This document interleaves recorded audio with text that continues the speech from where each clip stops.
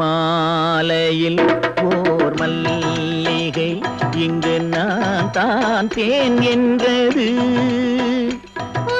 வீடு தேடி வந்தது இன்னும் வேண்டுமா என்றது.